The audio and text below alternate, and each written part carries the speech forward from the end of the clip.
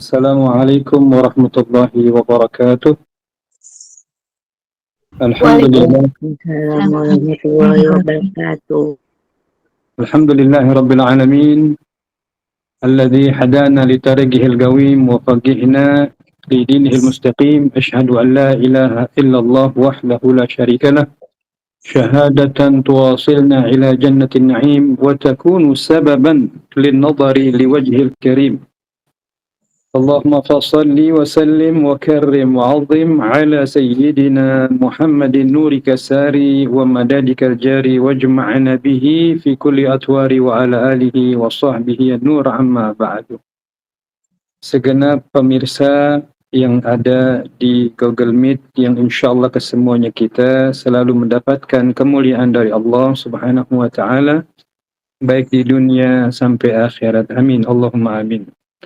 Alhamdulillah, kita bersyukur kepada Allah atas segala nikmat yang Allah berikan kepada kita, terkhusus nikmat senantiasa diberikan semangat untuk menuntut ilmu. Maka dalam materi yang tadi disinggung oleh Ukhtina, bahwasanya urgensi ilmu fikih bentuk kesempurnaan kita beragama. Para pemirsa yang dimuliakan Allah Subhanahu wa Ta'ala, bahwasanya tidaklah kita menjadi seorang muslim melainkan kita wajib menjalankan segala apa yang diperintah oleh Allah Subhanahu wa Ta'ala dan sekaligus menjauhkan apa yang dilarang oleh Allah Subhanahu wa Ta'ala. Namun dalam konteks tersebut kita tidak akan mampu menjalankan hal tersebut, melainkan pintu gerbangnya adalah bagaimana kita memahami rambu-rambu syariat agama. Oleh karenanya, untuk menuju kesempurnaan keislaman kita dalam kita mendekatkan diri kepada Allah, maka hal yang paling urgent atau hal yang paling penting yang patut kita tuntut dan cari untuk bekal akhirat kita adalah ilmu syariat. Karena ilmu syariat mempunyai kedudukan yang tinggi di sisi Allah Subhanahu wa Ta'ala. Di dalam Al-Quran Allah Subhanahu wa Ta'ala menerangkan, syahidallahu annahu la ilaha illa huwa wal malaikatu wa ulul ilmi qa'iman bil qist. Yang artinya Allah Subhanahu wa Ta'ala mengikut sertakan para malaikatnya dan orang-orang yang berilmu, yang mendirikan ilmunya dengan adil, maksudnya dengan baik, yaitu bahwasanya tiada Tuhan selain Allah. Maka orang-orang yang berilmu mendapatkan sebuah kehormatan dan kemuliaan karena dilibatkan dalam kesaksian yang agung di sisi Allah Subhanahu wa Ta'ala. Dan di sisi lain bahwasanya ilmu itu sendiri menjadi tolak ukur baik tidaknya seorang muslim dalam menjalankan keislamannya. Oleh karenanya Nabi Muhammad SAW menuntut kita dalam hadis sabda yang sahih, beliau katakan, "Talabul ilmi faridatun ala kulli muslim." Menuntut ilmu itu wajib bagi setiap individu muslim maupun muslimah. Nah, pertanyaannya adalah, ilmu yang mana yang dalam konteks hadis tersebut yang dimaksud? Tentunya semua ilmu yang menjadikan ilmu tersebut dekat kita kepada Allah, atau dalam kacamata dunia memberikan manfaat bagi khalayak umat manusia, maka ilmu tersebut menjadi ilmu yang manfaat. Namun lebih spesifiknya, ilmu yang dimaksud di dalam hadis tersebut adalah ada 3 disiplin ilmu. Yang pertama adalah ilmu akidah. Sebagaimana ulama mengatakan, wa awwalu wajibin 'alal insani ma'rifatul ilahi bistiqani. Maka wajib setiap individu muslim untuk mengawali keimanannya, akidahnya maksudnya, yaitu mengenal daripada sifat dan asma atau Allah Subhanahu wa Ta'ala, agar mempunyai akidah yang kokoh terhadap Allah Subhanahu wa Ta'ala dan dapat menyembah Allah dengan baik dan benar sesuai akidah yang tuangkan dalam Al-Quran dan hadis Nabi Muhammad SAW. Yang kedua adalah ilmu fikih. Karena ilmu fikih atau bahasa dulu adalah ilmu halal dan haram. Ini bahasa di zaman era sahabat Nabi Muhammad SAW. Kemudian generasi demi generasi maka nama itu berubah menjadi ilmu fiqih yang dikenal atau ilmu syariat. Dengan ilmu syariat kita bisa mengetahui mana yang halal, mana yang haram, dan tentunya kita bisa beribadah dalam semua aspek ibadah kita sesuai rukun dan syaratnya yang dituangkan dalam Al-Quran dan hadis. Dan ini yang tentunya dieksplor oleh ulama-ulama besar seperti para imam-imam madhab, yaitu mulai dari Imam Abu Hanifah, Imam Darul Hijrah, Imam Malik, kemudian Imam Syafi'i dan Imam Ahmad bin Hanbal radhiyallahu anhum. Yang ketiga, ilmu yang wajib dituntut, dipelajari untuk bekal pribadinya adalah ilmu akhlak. Sebagaimana di dalam Al-Quran dikatakan, qad aflah man zakaha wa qad khaba man dassaha. Beruntunglah orang yang dapat membersihkan jiwanya dan menjauhkan dan rugilah orang yang mengotori jiwanya. Tentunya pemahaman ini maknanya luas, karena akhlak itu dibagi menjadi tiga. Akhlak terhadap diri sendiri secara zahir dan batin, kemudian akhlak kepada sekelilingnya, dan yang ketiga terkhusus kepada Tuhannya, yaitu Allah Subhanahu wa Ta'ala. Maka apabila tiga disiplin ilmu tersebut menghiasi dirinya, maka insya Allah siapapun dia akan menjadi muslim yang baik, muslim yang patuh, muslim yang beriman, muslim yang sosoknya dapat memberikan contoh dan magnet bagi sekelilingnya.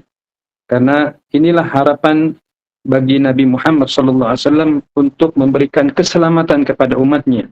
Oleh karenanya banyak ayat, banyak hadis Nabi Muhammad SAW yang memberikan keutamaan mempelajari ilmu agama.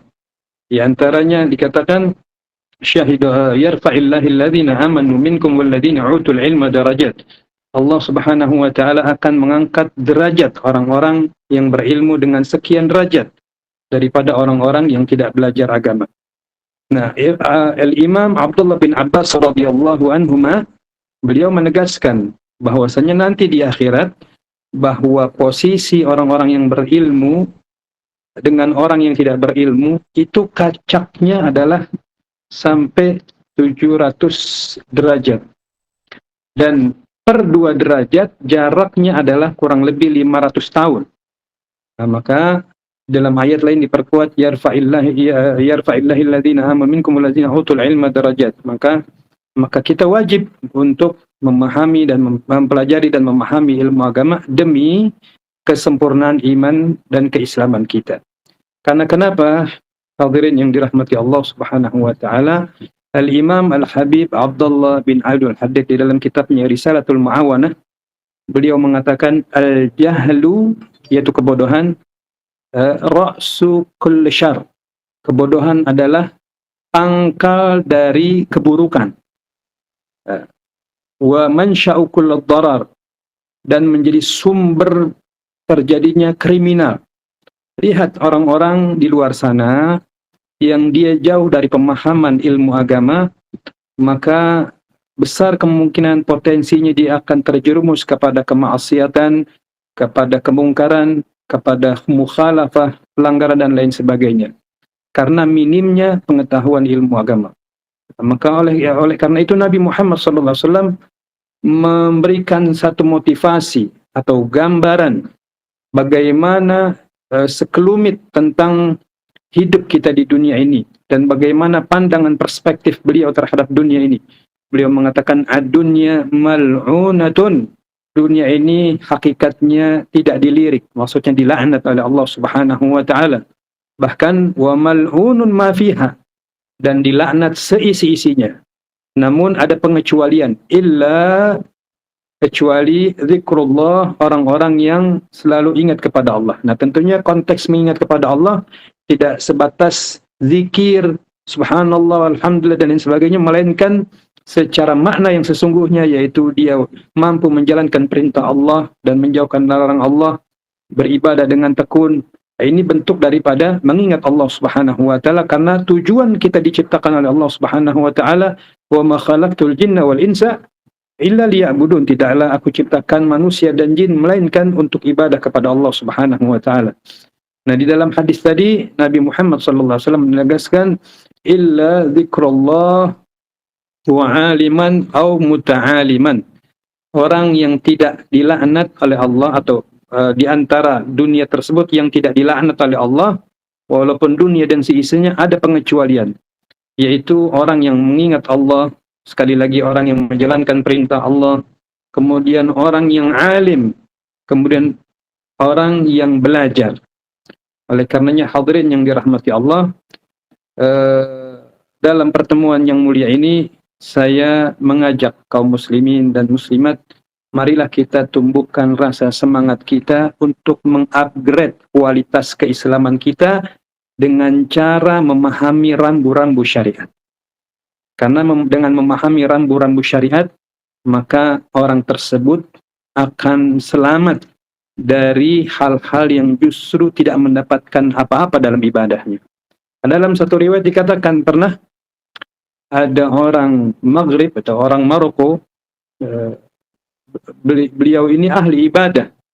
Namun sayangnya beliau ini tidak didasari ibadahnya dengan ilmu.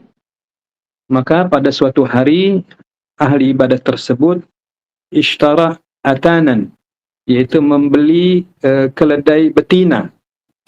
Kemudian keledai yang dibeli tersebut disimpan di rumahnya atau disimpan di kandangnya di samping rumahnya. Kemudian ada orang yang kepo, ya, tetangganya kepo, dia bertanya, "Kau telah membeli keledai betina, namun saya perhatikan keledai betina biasanya digunakan untuk ke ladang, digunakan untuk ke pasar dan lain sebagainya. Tapi saya tidak melihat itu semua. Saya melihat kau hanya menaruhnya di kandang.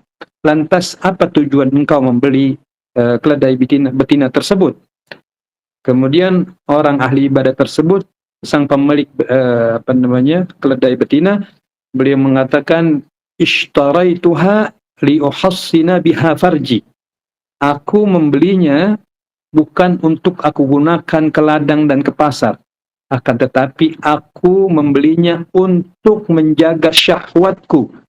Aku khawatir terjerumus kepada perzinahan, maka ini akan menjaga syahwatku, maka aku akan gauli keledai tersebut. Kemudian tetangga tersebut langsung kaget dan lantas spontan dia menjelaskan bahwa menzinahi binatang sama hukumnya berzina pada umumnya manusia.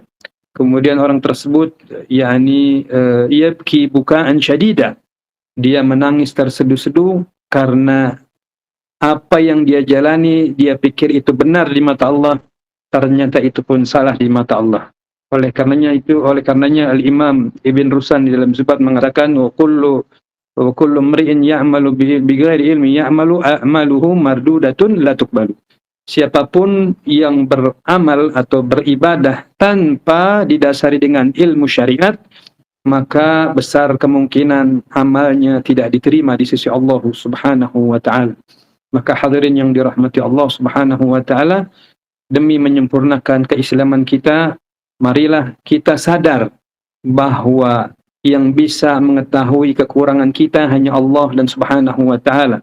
Di dalam Al-Qur'an dikatakan balil insanu ala nafsihi basirah. Yang mengetahui kekurangannya adalah dirinya sendiri dan Allah Subhanahu wa taala. Walau alqa ma'azira, walaupun dibungkus dengan bungkusan yang baik. Namun kalau kita sadar bahwa kekurangan yang paling krusial adalah minimnya ilmu pengetahuan kita demi kesempurnaan ibadah kita, marilah kita menyemangati diri kita pribadi untuk duduk di majelis-majelis ilmu, untuk mempelajari syariat agama. Karena dengan demikian kita akan mendapatkan nilai-nilai kebenaran di kacamata Islam. Maka janganlah kita jauh dari majelis-majelis ilmu, Karena baginda Rasulullah sallallahu alaihi wasallam juga banyak dalam hadis-hadis lain menjelaskan kepada kita, wa idza marartum bi riyadil jannah farta'u. Kalau kau dapati majlis-majlis ilmu, maka duduklah di sana. Senang-senanglah di sana. Gapailah apa yang ada di sana. Kemudian para sahabat Rasulullah sallallahu alaihi wasallam bertanya, wa ma riyadil jannah ya Rasulullah? Apa yang kau maksud dengan taman surga wahai Nabi Muhammad? Maka beliau mengatakan, hilakul dzikir, adalah halaqah ilmu. Zikir yang dimaksud ini adalah ilmu. Maka pertemuan yang singkat dan membawa keberkahan ini, semoga kita bisa mengukur kapasitas dan kualitas keilmuan kita. Paling tidak kita mengambil yang wajibnya saja. Karena kita kembali lagi, yang dimaksud disiplin ilmu, thalabul ilmi ala faridatun ala kulli muslim, itu ada 3. Yang pertama ilmu akidah atau ilmu tauhid, yang kedua ilmu fikih, yang ketiga adalah ilmu akhlak atau ilmu tasawuf. Maka dalam ilmu fikih tentunya tidak wajib kita mempelajari seluruhnya, cukup yang berkaitan dalam ibadah sehari-harinya. 1 diantaranya sholat kita.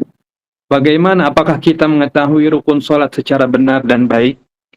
Apa yang membatalkan sholat? Bagaimana tata cara wudu yang baik dan benar? Karena ini semua landasannya adalah pintu gerbangnya adalah demi kesempurnaan ibadah kita. Bahkan di dalam ayat di dalam surat At-Taubah, Allah Subhanahu wa taala menyinggung kepada setiap komunitas, ya. Boleh kita katakan demikian, kepada setiap komunitas, baik komunitas apapun, selama mereka itu muslim. Allah Subhanahu wa taala mengatakan, falaula nafara min kulli firqatin ta'ifatun minhum liyatafaqahu fid din wa liyunzira qaumahum idza raja'u la'allahum yuhdharun. Kata Allah, mengapa tidak ada kesadaran dari setiap komunitas itu untuk mempelajari satu dari mereka, mewakili maksudnya, mempelajari ilmu agama agar dia bisa distribusikan kepada kaumnya, kepada komunitasnya, agar komunitasnya mendapatkan ilmu dan mereka bisa menjaga dirinya. Nah, inilah kepentingan kita. Namun ironisnya zaman sekarang, orang justru lebih mengambil yang sebenarnya tidak terlalu wajib, akan tetapi yang wajib justru diabaikan. Oleh karenanya Nabi Muhammad SAW mengatakan dalam sabdanya, kun aliman au muta'aliman au mustami'an au muhibban fala takun khamisan. Kalau kita sadar, ya, kita tidak minim ilmu, kemudian ibadah kita pun pas-pasan, maka demi untuk mendapatkan kualitas yang bagus, maka kita harus memahami pokok-pokok dari kebutuhan ibadah kita. Seperti yang tadi saya singgung. Maka dalam hadis tadi Nabi katakan, ya sudah, jadilah engkau orang alim, orang yang berilmu, baik itu ilmu agama maupun ilmu umum. Yang pasti ilmu tersebut membawa manfaat bagi khalayak umat, begitu juga menjadi nilai ibadah di sisi Allah Subhanahu wa taala. Sebagaimana Nabi katakan, khairukum anfa'ukum linnas. Sebaik-baik kalian adalah yang membawa manfaat besar bagi khalayak umat. Kalau kau tidak mampu menjadi orang yang berilmu, kun muta'aliman, jadilah orang yang gemar dalam menuntut ilmu agama. Kalau tidak mampu juga karena sibuk dan lain sebagainya, kun mustami'an, jadilah orang yang paling tidak banyak mendengar ilmu-ilmu agama, apalagi terkhusus di zaman sekarang, zaman teknologi, zaman canggih, ya, seperti ulama-ulama terdahulu yang memang medianya itu sangat terbatas. Namun di zaman sekarang, Masya Allah, kita bisa buka YouTube, kita bisa ngaji seperti yang kita laksanakan pada saat ini. Nah, ini bagian dari kun mustami'an, mendengar kajian-kajian yang baik, yang memberikan satu ilmu kepada kita. Dan apabila itu semua pun ternyata kita tidak mampu, kun muhibban, jadilah orang yang mencintai terhadap ulama, terhadap ilmu, karena mereka adalah bagian warasatul anbiya, mereka adalah pewaris-pewarisnya baginda Rasulullah sallallahu alaihi wasallam. Fala takun khamisan, Jangan sampai jadi yang kelima, artinya tidak jadi apa-apa. Tidak menjadi orang yang berilmu, tidak orang yang menuntut ilmu, berpendidikan, tidak juga orang yang menyempatkan gemar mencari kajian-kajian walaupun dengan cara yang jauh seperti yang kita laksanakan pada saat ini. Paling tidak garda terakhir adalah dia menanamkan cinta dan hormat kepada ilmu sebagaimana Allah Subhanahu wa taala memberikan kemuliaan kepada orang-orang yang berilmu dan ilmu itu sendiri. Bayangkan coba, kalau saja Nabi Muhammad sallallahu alaihi wasallam, orang yang paling mulia, orang yang paling sempurna, orang yang paling bertakwa, orang yang paling berilmu, beliau katakan, ana madinatul ilm wa aliyun babuha. Saya adalah kotanya ilmu dan Sayyidina Ali bin Abi Thalib adalah gerbang kota daripada ilmu tersebut. Beliau masih mengatakan dalam sebuah hadis yang diriwayatkan oleh Sayyidatuna Aisyah radhiyallahu anha, beliau katakan apa dalam sabdanya, idza ata alayya yawmun la yazdadu fihi ilman yugarribuni ila Allah fala burikani min tulu'i samsi dzalikal yawm. Apabila datang satu hari, maksudnya datang hari baru, kemudian la asdadu fihi ilman yugarribuni ila Allah, akan tetapi hari tersebut saya tidak mendapatkan tambahan ilmu, tambahan informasi, fala burikani min tuli sams dalikal yawm, maka saya pastikan di hari tersebut saya tidak akan mendapatkan atau tidak diberkahi oleh Allah Subhanahu wa taala mulai dari terbitnya matahari sampai terbenamnya matahari. Itu sekapasitas baginda Rasulullah menyatakan demikian. Lantas bagaimana nasib kita yang kita ini pada umumnya lebih banyak amal-amal syubhatnya atau amal-amal mubahnya atau amaliyah-amaliyah yang kita sendiri belum yakin keabsahan sesuai tidak dengan syariat yang Allah berikan melalui baginda Rasulullah. Nah, inilah yang wajib kita upgrade diri kita untuk menanamkan kecintaan kita terhadap ilmu agama. Terkhusus dalam forum yang mulia ini, yang ingin saya tekankan adalah bagaimana kita bisa mempelajari ilmu-ilmu syariat, khususnya ilmu fikih, yang ilmu fikih tersebut berkaitan langsung dengan ibadah kita sehari-hari. Salat kita, zakat kita, wudu kita, dan seterusnya. Marilah kita perbaiki. Maka itulah bentuk dari pendekatan diri yang paling besar dari sekian ibadah yang ada. Bahkan derajat salat malam tahajud pun masih kalah besar fadilahnya, keutamanya dengan orang yang menuntut ilmu. Bayangkan dalam sebuah hadis yang lain Nabi mengatakan, huduruka fi majlisil ilm afdalu min salati alf raq'ah. Hadirmu atau datangmu di majelis ilmu, ya kita katakan seperti sekarang, boleh dikategorikan demikian, itu lebih baik ketimbang engkau sholat sunnah 1000 rakaat. Wa huduruka fi majlis ilm afdal min tashi alfa janazah wa alfa iyadatul marid.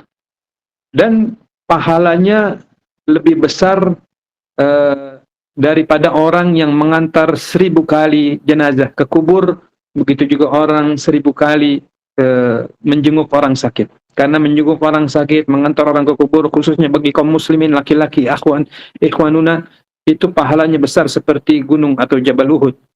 Oleh karenanya, marilah kita bersama-sama untuk melihat kualitas dan kapasitas keilmuan syariat kita.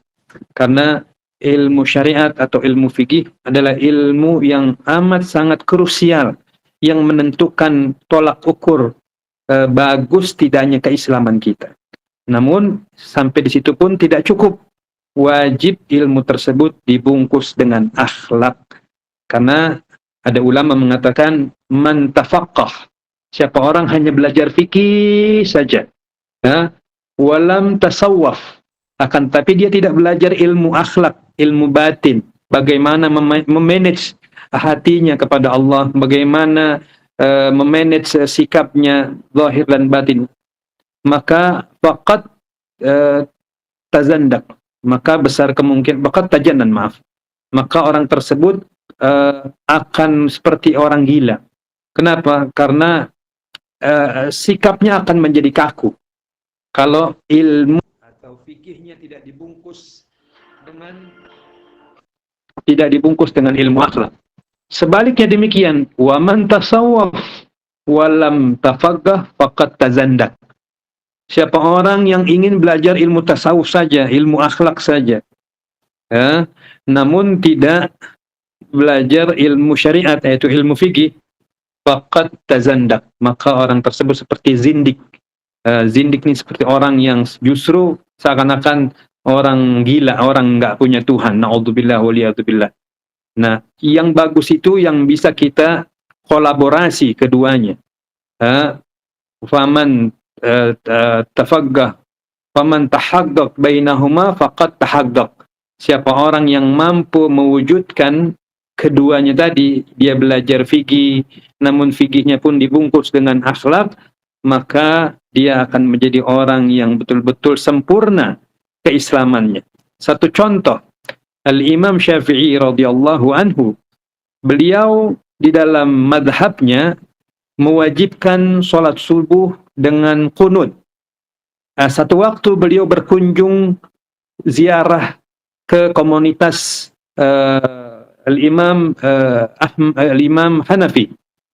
Al-Imam Hanafi radhiyallahu anhu, beliau tidak berijtihad, ya, tidak berfatwa bahwa subuh wajib dengan qunut. Singkat cerita, sesampainya Al-Imam Syafi'i di majelisnya Abu Hanifah, yang tentunya Abu Hanifah terpaut jauh zamannya dengan Imam Syafi'i, karena Imam Syafi'i berguru kepada Al-Imam Malik.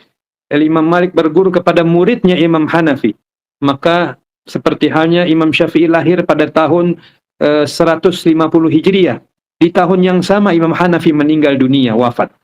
Singkat cerita, setibanya Al-Imam Syafi'i radhiyallahu an dikatakan di pesantrennya Imam Abu Hanifah, kemudian para murid dan santri Imam Abu Hanifah menyodorkan sholat subuh agar diimami oleh Imam Syafi'i.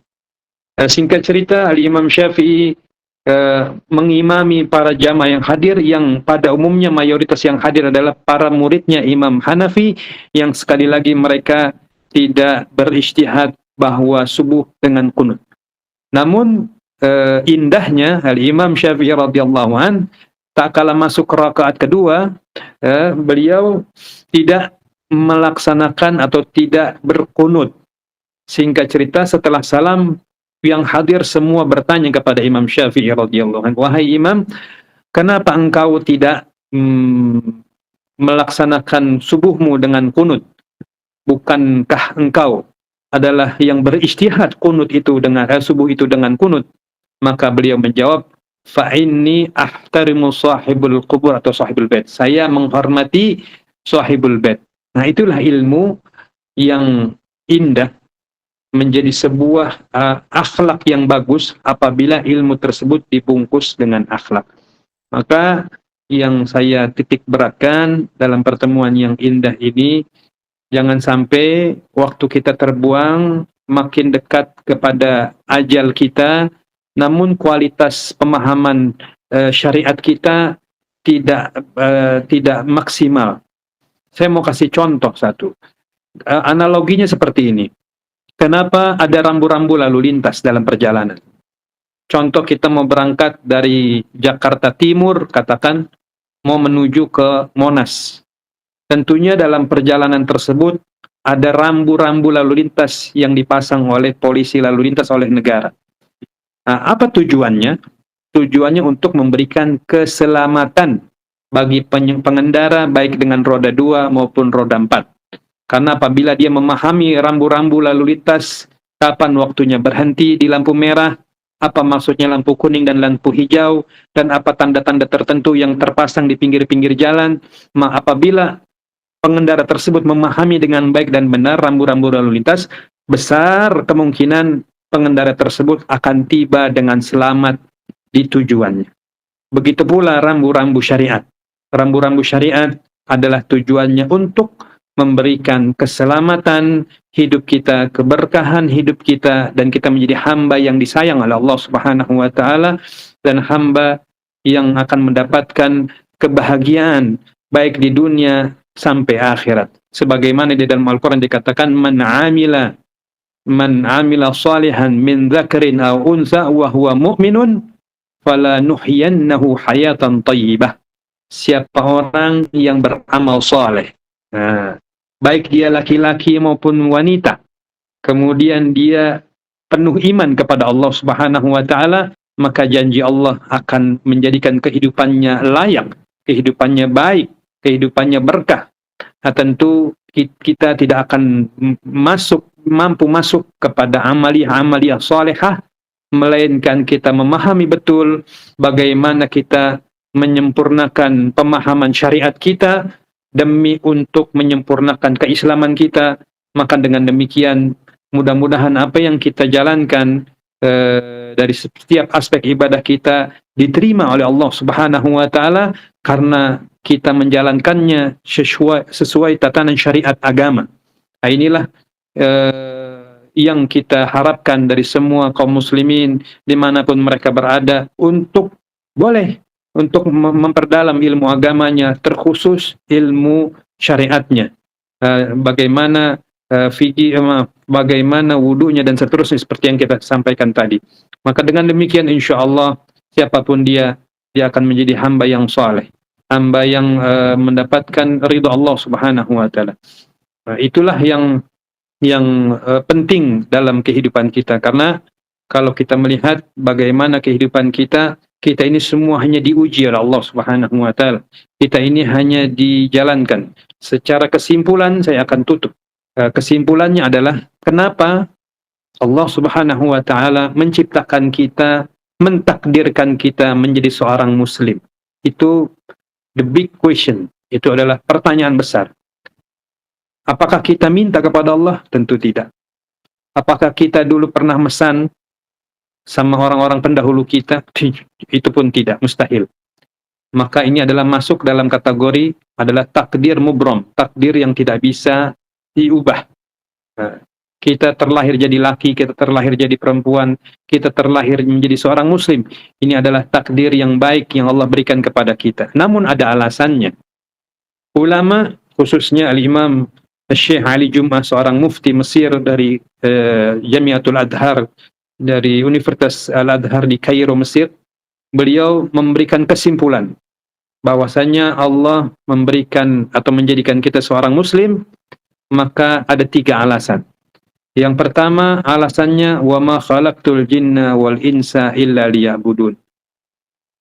Kita dijadikan seorang muslim untuk semata-mata ibadah kepada Allah. Nah, ibadah ini maknanya luas, baik ibadah yang ada dalam urusan kita kepada Allah langsung, maupun ibadah secara mujtama atau sosial, yaitu hablum minallah dan hablum minannas. Intinya kita diciptakan oleh Allah Subhanahu wa taala, siapapun dia tanpa terkecuali, khususnya seorang muslim, muslimah, maka tidak ada alasan melainkan untuk mendirikan ibadah kepada Allah Subhanahu wa taala. Itu alasan yang pertama. Alasan yang kedua, Allah Subhanahu wa taala menciptakan kita menjadi seorang muslim atau muslimah. Di dalam Al-Quran dikatakan, inni ja'ilun fil ardi khalifah. Aku jadikan kau di muka bumi ini sebagai khalifah, yaitu pemangku kepercayaan yang Allah berikan untuk melestarikan, menjaga kelestarian alam semesta. Tidak boleh mencela, tidak boleh membuli makhluk, baik itu manusia, binatang, dan lain sebagainya. Karena kalau kita membuli atau mencela makhluk atau ciptaan Allah, secara tidak langsung kita mencela penciptanya, yaitu Allah Subhanahu wa taala. Dan ini satu kehormatan bagi kita manusia, mendapatkan kepercayaan dari Allah Subhanahu wa taala untuk menjaga ciptaannya alam semesta ini, khususnya bumi yang kita tempati ini, yaitu untuk kita mendapatkan satu kehormatan yang kita tidak boleh merusaknya. Maka dikatakan inni ja'ilun fil ardi khalifah. Satu contoh dalam ilmu fikih, ya, orang kalau berwudu makruh apabila wudunya boros air, ya, boros air, makruh. Pakai di keran, dia kemudian mengeluarkan airnya terlalu deras, kerannya itu makruh, sah tapi makruh. Lantas logikanya begitu pula apabila ada orang berwudu di laut atau menggunakan air laut, maka logikanya air laut itu tidak akan habis. Tapi kenapa orang berwudu di air laut pun pakai air laut maksudnya bukan pakai air laut yang bermasalah. Walaupun dia boros dengan menggunakan air laut yang notabene air laut tidak akan habis, itu pun makruh.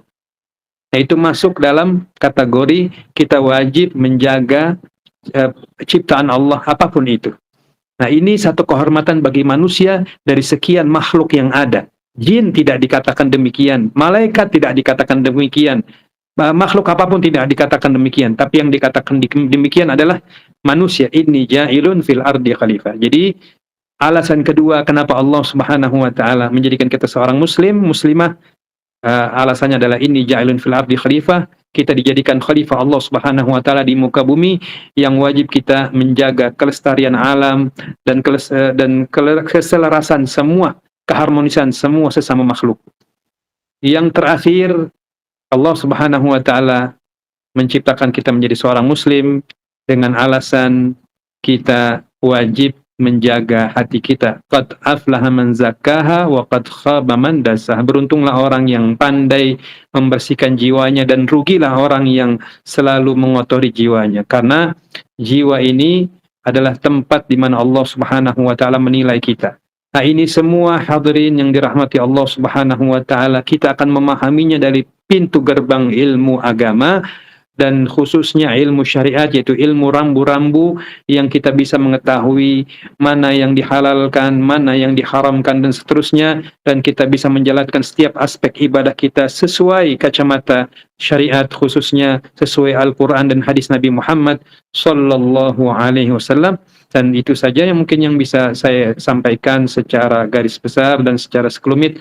Mudah-mudahan membawa pemahaman dan kemudahan untuk kita dapat mengamalkannya dengan baik dan benar, dan mudah-mudahan Allah Subhanahu wa taala selalu memberikan kita taufik hidayah agar kita diberikan himmah, ghirah, rukbah, semangat yang tinggi untuk kita memperbaiki keislaman kita dengan cara kita mempelajari 3 disiplin ilmu tersebut, terkhusus ilmu syariat yaitu ilmu fikih, agar kita betul-betul semua amal ibadah kita diterima di sisi Allah Subhanahu wa taala. Hadza minni wal 'afwu minkum. Assalamualaikum warahmatullahi taala wabarakatuh. Waalaikumsalam warahmatullahi wabarakatuh. Baik, itulah penyampaian materi dari Habib Ali Zainal. Semoga apa yang disampaikan oleh beliau bermanfaat untuk kita semua. Baik, kita ke acara selanjutnya, yaitu sesi tanya jawab. Kepada seluruh teman-teman dipersilakan untuk bertanya. Bisa melalui on mic atau menulis di kolom chat. Untuk on mic kita batasi 2 penanya, dan untuk di kolom chat kita batasi 3 pertanyaan. Baik, teman-teman yang ingin bertanya silakan. Baik, karena ada yang mengangkat tangan, kepada Uki Faizatun Naila dipersilakan.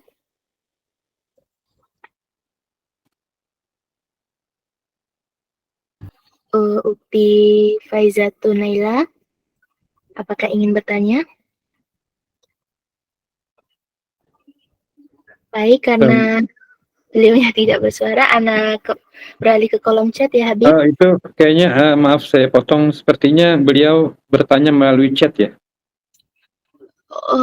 Tidak, Habib. Tidak ya? Baik. Oke, lanjut. Baik, pertanyaan dari Ukti Oktavianti 678. Assalamualaikum Habib, izin bertanya. Saya kan udah lama ya lulus sekolah, dan saya juga udah lama tidak bekerja. Saya udah ikhtiar berdoa dan bertawakal. Tapi mengapa saya belum bekerja-kerja? Ya Habib, adapun saya bekerja itu tidak lama, paling lama 2 bulan. Ada aja cobaannya ya. Yang saya tanyakan, adakah amalan untuk saya bisa dapat pekerjaan, Habib? Ini mungkin pertanyaan dari luar tema, apakah boleh, Habib? Iya, boleh. Ya, ya Habib, dipersilahkan. Nah, alhamdulillah. Bagaimana tipsnya untuk kita mendapatkan apa yang kita hasilkan? Tidak lain, tidak bukan seiring doa dan ikhtiar kita harus betul-betul maksimal ya, harus betul-betul maksimal dengan dibungkus husnudzon kepada Allah Subhanahu wa taala. Jangan sampai kita mengeluh karena di dalam Al-Qur'an dikatakan wa asa an takrahu syai'an wa huwa khairun lakum wa asa an tuhibbu syai'an wa huwa syarrun lakum. Tidak semua yang kamu anggap buruk padahal baik hikmahnya buat kamu. Atau sebaliknya, tidak semua yang kamu anggap buruk tapi baik buat kamu, sebaliknya. Nah, ini kita sebagai seorang muslim wajib ikhtiar. Saya mau kasih sedikit kisah dan ini menjadi inspirasi dan motivasi kita. Lihat kejadian Siti Hajar waktu ditinggal oleh sang suami Nabi Allah Ibrahim alaihissalam. Dan kejadian ini diabadikan oleh Allah Subhanahu wa taala menjadi rukun haji. Salah satu rukun haji itu rukun sa'i. Sa'i itu artinya usaha. Sa'i itu artinya ikhtiar. Sa'i itu artinya berupaya. Nah, sebenarnya kenapa dijadikan salah satu rukun haji atau umrah? Karena hikmahnya siapa orang yang berangkat haji dan umrah sepulang dari sana dia harus sudah mampu mengimplementasikan semua apa yang dia jalankan, hikmahnya untuk dia dijalankan di kehidupan nyata. Singkat, Siti Hajar berangkat dari Bukit Sofa ke Bukit Marwah. Dalam perjalanannya dari Bukit Sofa, yang pada saat itu Bukit Sofa belum dinamakan Sofa. Ya, belum ada namanya maksudnya. Singkat cerita, dari Bukit Sofa ke Bukit Marwah, dalam perjalanan usaha ikhtiarnya mencari air, mencari pertolongan, tidak dia dapatkan. Kemudian sampai di Marwah. Anehnya, kalau kita menggunakan logika, harusnya Siti Hajar itu tidak balik lagi dari Marwah ke Bukit Sofa. Kenapa? Karena dari Sofa ke Marwah jelas-jelas tidak ada bantuan, tidak ada orang, tidak ada pohon, tidak ada air. Tapi beliau tidak mengandalkan usahanya, tapi beliau mengandalkan tawakalnya kepada Allah. Beliau hanya menggunakan usahanya untuk menggugurkan kewajibannya sebagai manusia hamba Allah, bahwa hasil adalah Allah, hasil maksudnya adalah dari Allah Subhanahu wa taala. Nah, singkat cerita, Siti Hajar akhirnya capek, letih, dia letakkan bayinya dari gendongannya, kemudian diletakkan ke bumi, dan dengan izin Allah atas tumit Nabi Ismail alaihissalam yang digesek-gesek di tanah, kemudian timbullah yang kita kenal namanya air Zam-Zam. Apa hikmahnya? Di sini hikmahnya ulama mengatakan kita ini jangan kecil hati, karena Siti Hajar lihat sampai 7 kali bolak-balik. Kenapa dinaikkan Sofa? Ya, jadi kalau mau dapat kerjaan, dapat hasil yang kita inginkan, perbaiki niat kita dulu. Mungkin niat kita ada yang salah. Ya, Sofa itu artinya bersih. Bersihkan dulu niat kita. Kemudian kita udah usaha, kita udah cari kerja, kita udah lamar, ternyata belum dapat apa-apa. Kita harus Marwah. Marwah itu artinya legowo. Marwah itu harus lapang dada. Seperti orang kehausan minum dahaga. Itu Marwah artinya. Nah, begitu juga yang nenek moyang kita Siti Hajar sampai di Bukit Marwah, beliau tidak ngeluh. Bahkan beliau balik lagi di jalan yang sama. Maksudnya apa? Beliau yakin hasilnya bukan dari dirinya, akan tetapi hasilnya dari Allah Subhanahu wa taala. Kita sebagai hambanya hanya wajib menggugurkan kewajiban kita usaha. Singkat cerita, Allah katakan di dalam Al-Quran, "Man yattaqillaha yaj'al lahu makhraja wa yarzuquhu min haitsu la yahtasib." Siapa orang yang betul-betul bertakwa kepada Allah, maka Allah akan berikan rezeki dari arah yang kita tidak ketahui. Artinya Allah akan memberikan solusi. Nah, buat saudara saya yang bertanya, mudah-mudahan dalam waktu dekat akan mendapatkan hasil yang diinginkan. Yang pertama, perbaiki hubungan kita dengan orang tua kita kalau masih ada orang tua kita. Yang kedua, kita luruskan niat kita. Yang ketiga, sholat istikharah atau sholat hajat. Yang keempat, ya, banyak-banyak. Yang empat, perbanyak baca salawat Nabi Muhammad SAW. Maka dengan demikian insyaallah Allah akan berikan kemudahan buat kita. Wallahu a'lam. Masya Allah, tabarakallah, syukran Habib atas jawabannya. Baik, pertanyaan selanjutnya dari Ukti Queen Ara Kelly. Assalamualaikum Habib, afwan, ana izin bertanya. Jika menuntut ilmu akhirat, hukumnya wajib. Apakah menuntut ilmu dunia juga wajib, Habib? Syukran jazakallahu khair Habib. Kepada Habib, waktu dan tempat dipersilahkan. Ilmu secara umum, yang ilmu tersebut tadi kita sampaikan dalam pemaparan materi kita, baik itu ilmu agama maupun ilmu umum ya, ilmu kedokteran, ilmu ilmu umum lah dengan ilmu agama, kedua-duanya hukumnya wajib. Kedua-duanya hukumnya wajib selama ilmu tersebut membawa manfaat buat diri kita dan orang banyak dan benar dalam kacamata Islam. Saya mau kasih contoh. Sebaliknya, ilmu agama sebagian orang mengatakan wajib. Benar, itu secara mutlak tidak boleh, tidak ada perselisihan pendapat. Namun ilmu agama bisa menjadi salah apabila kita tujuannya bukan untuk memperbaiki keislaman kita dan mendekatkan diri kita kepada Allah, melainkan kita menjual agama ini. Sebagaimana Nabi katakan, uyabi'u dinahu bi'aradi minad dunya. Banyak ulama-ulama yang memang tujuannya dia belajar agama, dia untuk urusan duniawiyahnya saja. Tapi sebaliknya, berapa banyak orang yang belajar ilmu umum, tapi justru membawa manfaat besar buat orang. Menjadi dokter, menjadi insinyur, menjadi ini. Jadi semua ilmu itu kembali lagi kepada niatnya. Nah, kalau niatnya baik, udah ilmunya baik, niatnya baik, maka insya Allah hasilnya akan baik. Sebagaimana Imam Ghazali mengatakan, hati-hati memilih murid ya. Ini maaf ya, hati-hati memilih murid. Karena kalau muridnya nggak sungguh-sungguh, ya jangan buang-buang waktu. Kenapa? Khawatir ilmu yang kita berikan kepada murid-murid yang tidak sungguh-sungguh dalam mempelajarinya, khawatir akan dipergunakannya salah. Seperti halnya kita memberikan pisau tersebut harusnya dipergunakan untuk hal-hal yang positif, memotong buah, dan lain sebagainya, akan tapi justru untuk mencelakakan orang. Begitu juga ilmu agama. Jadi kesimpulannya, mau itu ilmu umum, mau itu ilmu agama, dua-duanya wajib, dua-duanya baik, dan harus dibungkus dengan niat yang soleh agar tidak salah dalam menggunakannya. Wallahu a'lam.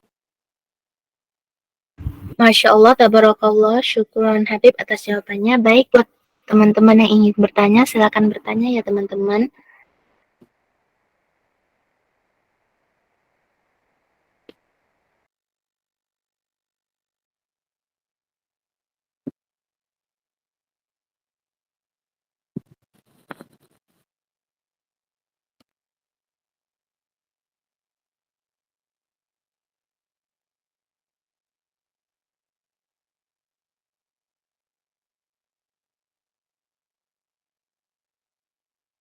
Buat teman-teman yang ingin bertanya, boleh bertanya. Boleh di luar tema juga nggak apa.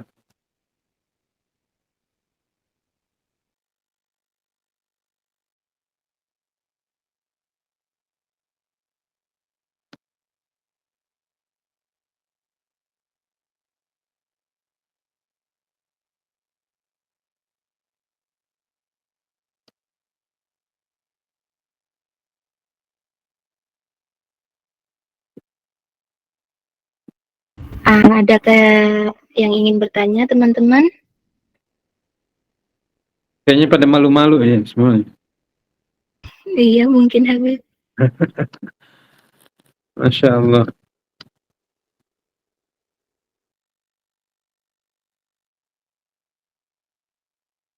Mau nanya di dalam tema, di luar tema, kalau kejawab, insya Allah saya jawab. Belum bisa kejawab nanti saya PR ya. Wallah.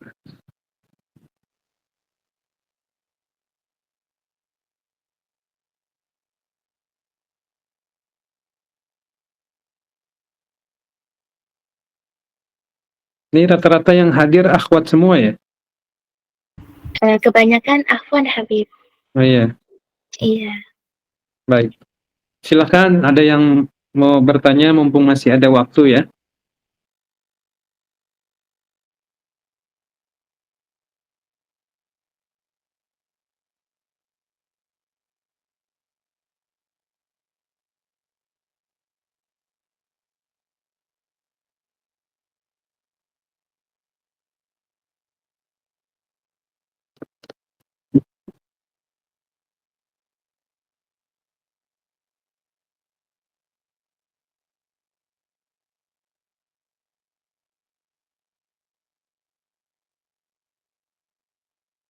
Baik, karena tidak ada yang bertanya, Ana izin bertanya, boleh Kak Habib? Insya Allah, silahkan. Mungkin ini di luar tema ya. Insya Allah. Baik, apakah yang harus kita lakukan untuk menumbuhkan rasa cinta kita kepada Rasulullah? Allahumma shalli wa sallim wa barik alaihi. Ya Allah, ini pertanyaan Masya Allah. Mudah-mudahan saya yang menjawab lebih awal diberikan karunia ini oleh Allah Subhanahu wa taala. Yang pertama, sebagaimana pepatah mengatakan tak kenal maka tak sayang, ya. Tak kenal maka tak sayang. Itu pepatah menjadikan kita untuk sadar, untuk mengenal siapa Nabi Muhammad SAW. Yang pertama, tips-tipsnya adalah kenali Nabi Muhammad dari sejarahnya beliau, dari sosoknya beliau, dan bisa diambil untuk yang memudahkan kita dari kitab Syama'il. Ya, kitab Syama'il itu karangan Imam At-Tirmidzi, itu kitab cukup untuk kita pemula untuk mengenal baik dari dua sisi, yaitu sosok atau dari zatiahnya Nabi Muhammad atau postur tubuhnya Nabi Muhammad yang tidak ada cacatnya sedikit pun. Kemudian kita mempelajari sifat-sifat akhlaknya Nabi Muhammad yang tentunya bisa kita tiru insya Allah. Kemudian kita cari tahu pengorbanannya Nabi Muhammad. Yang ketiga, kita cari tahu kedudukannya Nabi Muhammad SAW sampai di mana. Saya mau kasih kesimpulan ya, bahwa kedudukan Nabi Muhammad itu sangatlah tinggi di sisi Allah. Berangkat dari ayat innallaha wa malaikatahu yusholluna 'alan nabi ya ayyuhalladzina amanu shallu 'alaihi wa sallimu taslima. Allah memulai dari dirinya, zatnya sendiri, kemudian memerintahkan para malaikat dan kita orang-orang yang beriman untuk selalu senantiasa berkesinambungan terus menerus mengucapkan salawat kepada Nabi Muhammad. Ini satu bukti tingginya derajat Nabi Muhammad di sisi Allah. Jadi 4 hal tadi kesimpulannya bagaimana menumbuhkan cinta kita kepada Nabi Muhammad berangkat dari kitab Syama'il. Beli kitab Syama'il, baca, kita tahu poster tubuhnya Nabi Muhammad yang indah dan tampan dan sempurna. Kemudian kita mencari tahu akhlaknya Nabi Muhammad dari kitab tersebut. Kemudian kita baca pengorbanannya Nabi Muhammad buat umatnya Nabi Muhammad. Dan yang ketiga, kita cari tahu kedudukannya Nabi Muhammad SAW. Nah, ini semua insya Allah akan menimbulkan semangat untuk kita dekat dengan Nabi Muhammad. Secara otomatis mendekatkan diri dengan Nabi Muhammad adalah 2 hal. Yang pertama, kalau sudah nanti chemistry ya, bahasanya chemistry-nya sudah tumbuh, sudah rindu, sudah kenal, ingin mencari tahu, karena tidak akan ada habisnya untuk mencari tahu Nabi Muhammad. Saya agak panjang sedikit, maaf ya. Saya mau kasih contoh dari perkataannya Imam Ali bin Muhammad Al-Habsyi, yaitu Habib Ali Al-Habsyi. Beliau katakan, wa ala tafannuni wasifihi biwasfihi yafna zaman wa fihi ma lam yusafi. Semakin kita kerahkan kekuatan kita untuk mencari tahu tentang Nabi Muhammad, waktunya habis, kita belum tuntas mengenal sosok Nabi Muhammad secara utuh. Lain halnya kita kepada manusia biasa. Kalau kita punya sahabat, tentunya kalau kita sudah punya sahabat, ini yang namanya sahabat, kita pasti mengetahui kelebihannya berikut kekurangannya. Tapi kalau kita makin dekat dengan Nabi Muhammad, maka kita tidak akan menemukan, makin dekat dengan Nabi Muhammad, makin tidak menemukan kekurangan Nabi Muhammad SAW. Maka kalau itu semua sudah menghiasi mahabbah kita kepada beliau Nabi Muhammad SAW, maka akan ada 2 hasil, ada buahnya, yaitu kita gemar membaca selawat dan kita tidak bertindak tanduk kecuali kita menjalankan sunnahnya Nabi Muhammad SAW. Wallahu a'lam bishawab. Masya Allah, syukron Habib atas jawabannya. Baik, pertanyaan selanjutnya dari Ukti Willa Aprianti. Assalamualaikum Habib, izin bertanya. Kalau puasa besok hari Sabtu, maka harus puasa hari Ahad dan Seninnya juga ya Habib. Afwan jika di luar tema, syukran kepada Habib, dipersilahkan. Ya, yang mungkin yang dimaksud puasa awal Rajab ya. Puasa awal Rajab. Alhamdulillah malam hari ini ini subhanallah satu kehormatan buat saya. Kita bisa mengadakan kajian di malam yang penuh berkah, yaitu malam pertama bulan Rajab. Baik, kalau memang sudah pasti besok Sabtu itu jatuh pada 1 Rajab, maka kita puasa Sabtu, Ahad, dan disambung Senin. Nah, Senin ini kalau memang sudah terbiasa kita berpuasa Senin Kemis, maka niatnya boleh digandakan. Niat puasa sunnah bulan Rajab sekaligus niat puasa Senin. Wallahu a'lam. Masya Allah, syukron Habib atas jawabannya. Baik, pertanyaan selanjutnya dari Ukti Uun. Assalamualaikum, izin bertanya, di luar tema Habib, bagaimana cara kita menumpu keimanan? Syukron. Kepada Habib, waktu dan tempat dipersilahkan. Masya Allah. Bagaimana kita menumpuk keimanan? Berangkat dari hadis Nabi Muhammad SAW, jadidu imanakum bila ilaha illallah. Perbaharuilah imanmu dengan memperbanyak baca kalimat la ilaha illallah, zikirnya la ilaha illallah. Itu dari segi zikir. Kemudian jangan banyak melakukan kelalaian bahkan kemaksiatan. Karena al-imanu yazidu wa yanqus. Iman itu bertambah dan berkurang. Bertambah dengan ketaatan, berkurang dengan kemaksiatan. Yang ketiga, carilah teman yang soleh, teman yang solehah, ya, teman yang solehah. Karena Nabi katakan al-mar'u ala dini khalili. Agama seseorang itu tergantung sahabatnya. Nah, kalau kita circle kita orang-orang soleh, itu secara automatically menjalas janas. Siapa yang duduk, kalau kata bahasa orang Indonesia, duduk dengan tukang minyak wangi menjadi wangi. Kalau circle kita orang-orang soleh, akhwat-akhwat yang soleh, itu otomatis iman kita akan terjaga. Tapi kalau circle kita, sukanya hal-hal yang lahu, mukhalafat, mau tidak mau, perlahan demi perlahan kita akan terjerumus. Jadi kesimpulan yang pertama, perbanyak zikir la ilaha illallah. Yang kedua, jangan melakukan kemaksiatan, karena kemaksiatan itu akan mengurangi iman kita, merosot maksudnya iman kita. Dan perbanyak ketaatan, amal-amaliyah soleh. Dan yang tidak kalah pentingnya, berteman dengan siapa saja. Ini tolong digarisbawahi ya. Berteman dengan siapa saja, tapi yang menjadi sahabat, ini orang spesial. Maksudnya orang yang soleh, lebih soleh dari kita, karena dia akan merangsang keimanan kita. Wallahu a'lam. Masya Allah Habib, syukran atas jawabannya. Afwan Habib, ini ada 2 pertanyaan lagi. Apakah kita teruskan atau kita sudahi saja? Boleh, silakan. Baik, pertanyaan selanjutnya dari Ukti Siti Mardila. Assalamualaikum warahmatullahi wabarakatuh. Afwan Habib, Ani izin bertanya. Di satu sisi kita diminta semaksimal mungkin untuk istiqomah. Namun, di satu sisi lain terkadang futur juga melanda.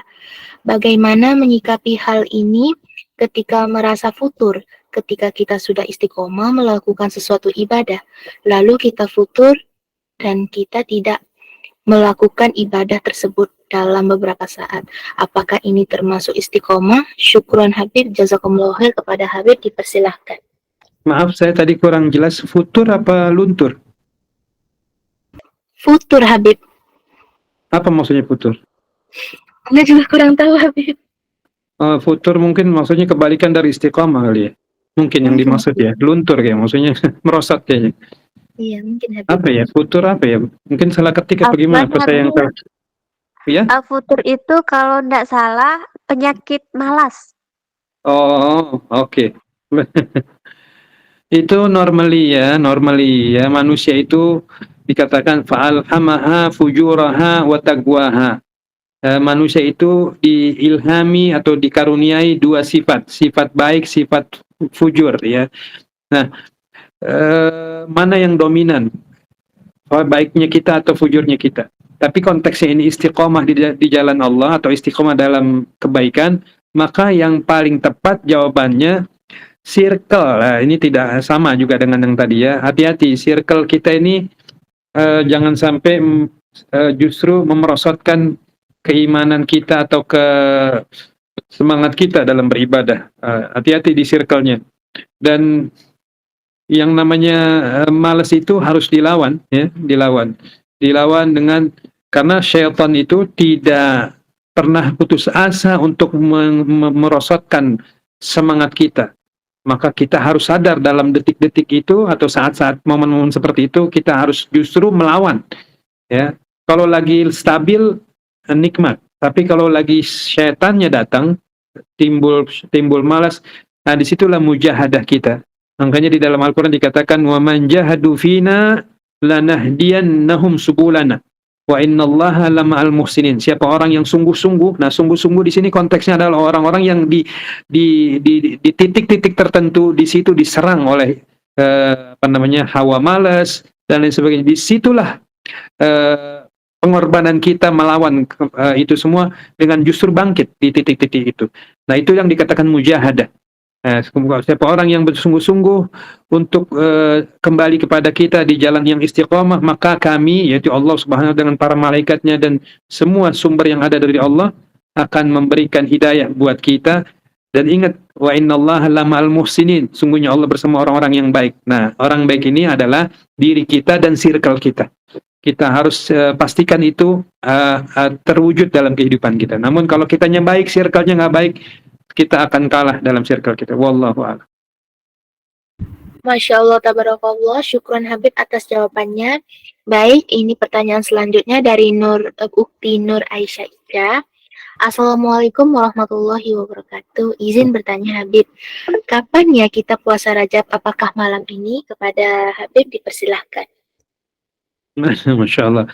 Yang pasti puasa Rajab itu malam saat tanggal 1 Rajab ya, tanggal 1 Rajab. Nah, perkaranya adalah ini kemarin karena kita lebarannya 1 Syawalnya beda dengan Saudi. Yang pasti saya tidak mau membahas tentang perbedaan tanggal itu. Ya kita ikutin yang mayoritas saja. Misalkan mayoritas sekarang besok ini udah masuk tanggal 1 Rajab. Maka malam ini kita sahur. Ya, malam ini kita sahur. Jadi tanggal 1 Rajab itu kita puasa. Nah iya, wallahu a'lam.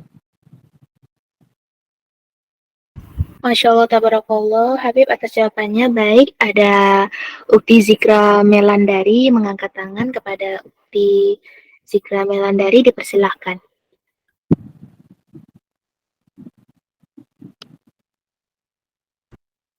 Ukti Zikra, apakah ingin bertanya?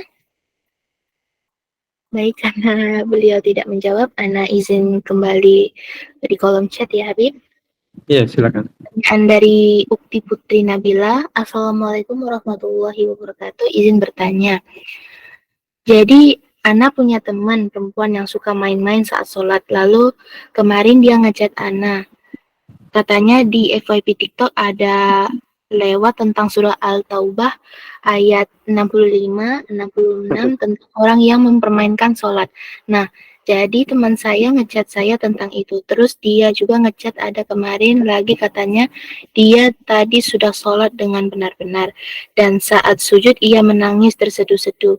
Terus dia juga nanya di chat katanya, apakah jika dia sudah bertaubat dan meminta ampun kepada Allah, apakah Allah akan menerima taubatnya dan memaafkannya? Syukran Habib. Kepada Habib dipersilahkan. Pada hakikatnya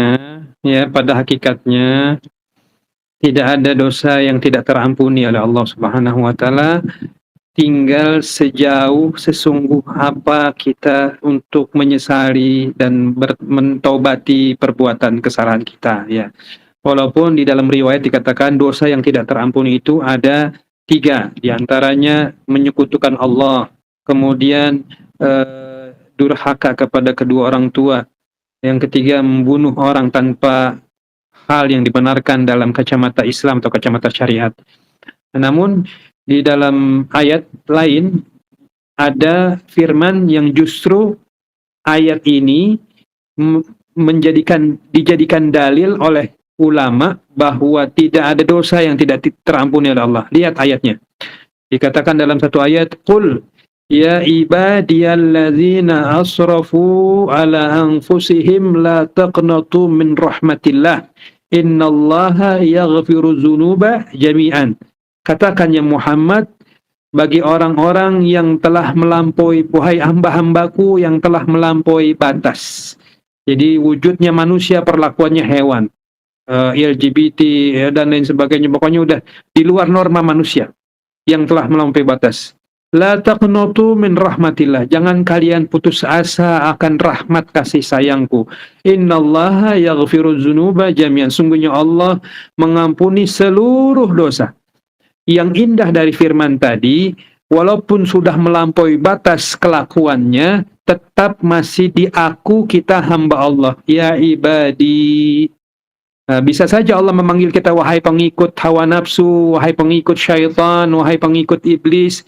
Tapi Allah tidak demikian. Justru Allah memanggil kita dengan kasih sayang, wahai hamba-hambaku. Dan di ujung ayat tadi Allah tutup dengan innallaha yaghfiru dzunuba jami'an. Sungguhnya Allah mengampuni seluruh dosa. Nah, jadi kesimpulannya, selama roh kita belum sampai kerongkongan, insya Allah selama kita taubatan nasuha sungguh-sungguh, maka insya Allah dosa kita diampuni oleh Allah Subhanahu wa Ta'ala. Jangan pernah putus asa akan rahmat. Wallahu a'lam. Masya Allah, tabarakallah. Syukran Habib atas jawabannya. Baik, ini ada pertanyaan dari Ukti Pani. Assalamualaikum Habib, izin bertanya, kalau akhwat berteman dengan ikhwan itu boleh tidak? Syukran Habib, kepada Habib dipersilahkan. Ya tentu boleh, Tapi ingat satu hal, bahwa kita sebagai seorang muslimah wajib menjaga kehormatan dan kemuliaan keislaman kita, kemuslimatan kita, ya, dengan cara kita tahu batasan-batasan yang itu tidak dibenarkan di dalam Islam. Jangan jalan berduaan, jangan cuma makan berduaan, jangan komunikasi di luar sewajarnya, jangan bersentuhan tangan. Ini kalau kita mau fair, mau jujur kepada keislaman kita, kita tidak boleh mencari pembenaran, tapi kita harus cari kebenaran untuk keselamatan diri kita di hadapan Allah. Ya kalau cuma sekedar berteman, ya kan tadi kita katakan berteman dengan siapa saja, laki, perempuan, baik, tidak baik, kita berteman. Tapi yang menjadi sahabat kita harus yang lebih soleh, agar keislaman kita, keimanan kita selalu terangsang untuk lebih meningkatkan kualitas kesolehatan kita. Jadi kesimpulannya boleh-boleh saja, tapi kita harus tahu batas, ya. Makanya di dalam Al-Quran dikatakan wala taqrabuz zina, jangan dekat-dekat sama perzinahan. Nah, kalimatnya jangan dekat-dekat. Nah, dekat-dekat ini artinya ada namanya zina mata, saling pandang, apalagi memandangnya dengan pandangan syahwat, pandangan tanda kutip, ya.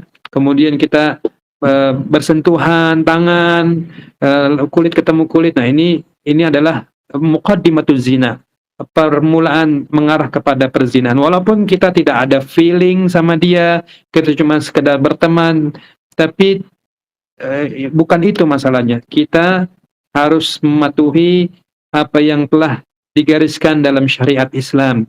Kalau dikatakan halal, halal, dikatakan haram, haram. Di dalam hadis dikatakan al-halalu bayyinun, yang halal itu banyak dalilnya jelas, wal haramu bayyinun, begitu juga yang haram jelas dalilnya. Nah, maka kita harus menjaga kaidah-kaidah tersebut. Jadi kesimpulannya boleh-boleh saja selama kita tahu batasannya secara kacamata syariat. Wallahu a'lam. Baik, Masya Allah Habib atas jawabannya. Pertanyaan selanjutnya dari Ukti Zikra Melandri. Assalamualaikum Habib, saya mau bertanya tentang Natal. Di kerjaan saya kemarin saat acara Natal merayakan karena saya kerja mayoritas non-muslim, apa hukumnya Habib karena saya ikut acara tukar kado? Kepada Habib dipersilahkan. Maaf, saya mau perjelas. Maksudnya tukar kado itu merayakan hari Natal atau gimana maksudnya? Mungkin maksudnya tukar kado, mungkin dia kasih kado atau yang Habib ngomong tadi. Ya, kalau cuma sebatas tukar kado dengan mayoritas karyawan atau pegawai yang ada di dalam kantornya, itu nggak ada masalah. Karena Nabi katakan tahadu tahabu, salinglah memberikan hadiah karena akan timbul kasih sayang di antara kalian. Walaupun kita berikan kepada non-muslim bahkan, maksudnya kita dalam batasan itu nggak masalah. Yang menjadi permasalahan adalah kita ikut mengucapkan selamat hari Natal. Nah, ini kalau kita tidak mempunyai kapasitas itu, kecuali kita tokoh ya, seperti RT, RW, lurah sampai presiden mengatakan demikian, masih ditoleransi dalam Islam karena demi keharmonisan kehidupan kerukunan dalam mujtama gitu. Tapi kalau kita yang tidak punya kapasitas, nggak penting dan tidak boleh kita mengucapkan. Kalau hukum aslinya tidak boleh. Tapi kalau kita merayakan dengan bukan merayakan, maaf ya, kita adakan sebuah kegiatan saling tukar kado, nggak ada masalah itu, nggak ada masalah. Wallahu a'lam. Masya Allah, tabarakallah, syukran Habib atas jawabannya. Baik, pertanyaan selanjutnya dari Ukti Umu. Puan Habib, ketika orang tua bertanya kapan menikah, umur sudah seharusnya menikah, karena anak-anak yang seumuran Ana, bahkan di bawah umur Ana, banyak yang sudah menikah. Nah, apa yang harus Ana perbuat untuk memberitahu kepada orang tua bahwa kita sebagai akhwat juga harus hati-hati dan memilih untuk yang akan menjadi imamnya nanti. Boleh minta sarannya Habib? Syukuran kepada Habib. Baik. Saya mau tahu dulu umurnya berapa ya, maaf. Umurnya berapa, emangnya umurnya berapa tuh? Boleh tahu nggak? 27, Habib. 27 ini sudah umur yang masuk batas urgent ya. Karena kalau beda laki-laki dengan perempuan ya. Yang kalau saran saya untuk ukhti, jalinlah komunikasi yang baik dengan orang tua, heart to heart ya, dari hati ke hati. Artinya gini, apa yang dimaksud, yang diinginkan ukhti itu sangatlah benar. Harus mencari pasangan yang soleh, yang lebih selektif. Tapi itu semua kalau tidak diutarakan secara maksimal kepada orang tua, maka ini akan menjadi buruk. Yang penting satu, bahwa di dalam Islam itu kita diajarkan untuk taat kepada orang tua. Ingat, orang tua kita ini tidak ada melainkan ingin kebahagiaan dunia akhirat kita. Justru beliau ini khawatir kita kalau terlalu menunda-nunda, khawatir nanti akan sulit mendapatkan jodoh. Oleh karenanya, di dalam Islam itu kalau udah ada yang melamar, orangnya soleh, maksudnya orangnya sholatnya bagus, dan ya kita tidak bicara tampannya, tidak bicara materinya, tapi orangnya bertanggung jawab dan soleh, bismillah. In yakunul fuqara yughnihumullah. Kalau kalian tidak punya apa-apa, Allah akan berikan kekayaan. Ini janji Allah. Yang kedua, istikharah. Nah, istikharah, segera minta petunjuk kepada Allah agar kita diberikan sikap kita ini benar atau salah. Khawatir justru sikap kita ini seakan kita merasa benar, ternyata ini sikap kita yang salah, yang justru akan merugikan kita di kemudian hari. Wallahu a'lam bishawab. Masya Allah, tabarakallah, syukran Habib atas jawabannya. Baik, karena sudah tidak ada yang bertanya lagi, maka Ana beralih ke acara selanjutnya, yaitu penyampaian kata motivasi kepada Habib Zainal. Dipersilahkan. Baik, pemirsa akhwati yang dimuliakan Allah Subhanahu wa taala, bahwa kita ini wajib menjadi hamba yang baik, hamba yang soleh. Namun itu semua sekali lagi tidak akan mungkin terwujud melainkan kita ada kesadaran. Yang kedua, kita perbaiki lingkungan kita, maksudnya circle kita. Yang ketiga, kita betul-betul memahami syariat Islam dengan baik dan benar. Insya Allah kita akan menjadi orang yang dibahagiakan oleh Allah di dunia sampai akhirat. Banyak janji Allah di dalam Al-Quranul Karim selama kita memasrahkan diri kita dengan kita menjalankan apa yang diperintah dan menjauhkan apa yang dilarang, dan banyak berdoa dan berikhtiar menjadi anak yang berbakti kepada kedua orang tua. Insya Allah diberikan masa depan yang indah, yang cerah. Dan yang terakhir, berdamailah dengan ego kita. Kadang-kadang yang menjadi benteng atau hambatan terbesar dalam kehidupan kita, yang tanpa kita sadari adalah ego kita. Kita merasa kita paling cantik, kadang kita merasa paling pinter, kadang kita merasa paling mengerti, kadang kita merasa paling orang yang dizolimi. Ini semua justru sebenarnya adalah akan merugikan kita. Berdamailah dengan itu semua, menjadilah orang yang lapang dada, orang yang bersih hati, orang yang selalu punya pandangan positif kepada siapapun, dan tetap menjaga kehormatan kewanitaannya, keakhwatannya. Insya Allah, Allah akan berikan segala harapan kita yang baik di dunia dan di akhirat. Dan juga yang terakhir, mumpung masih punya orang tua, jadilah anak yang baik, yang mendengar, yang berbakti kepada mereka. Dan mudah-mudahan ini semua adalah